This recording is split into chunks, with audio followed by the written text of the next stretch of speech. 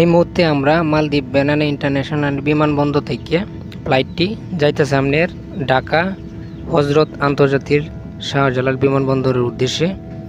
তো অনেক দিন এই জায়গার মধ্যে থাকার পরে এই যে আজকে দিই মনে করেন যে লাস্ট ভিডিও। তো এই ভিডিওটা মনে করেন যে যাইব আজকে আমি ফেসবুক ইউটিউব সব জায়গাতে আপলোড দিম। তো বিমানের উপরে যে অন্যরকম একটা ফিল, অন্যরকম একটা অনুভূতি। এই যে দেখেন মালে শহরটা কত সুন্দর, কত স্পিড বোট, কত ধনী, কত বড় বড় জাহাজ, ঠিক আছে, উপর থেকে দেখতে কত সুন্দর। আর বিশেষ করে কত হইতেছে আমরা যখন মালদ্বীপ আইছিলাম তখনও কিন্তু এরকম একটা দৃশ্য দেখছি। দেখার পরে কিন্তু আমরা বিমানটা কিন্তু এইভাবে ল্যান্ড করছে। যখন আমরা ঢাকা থেকে এই মালদ্বীপের উদ্দেশ্যে গেছিলাম তখনও কিন্তু বিমান এই সিস্টেমে কিন্তু নামছিল। তখন আমরা মনে মনে কইছিলাম এটা কোন জায়গায় নামাইতেছে, মনে হইতেছে যেন সাগরের মাঝে ল্যান্ড করতেছে বিমান, ঠিক আছে।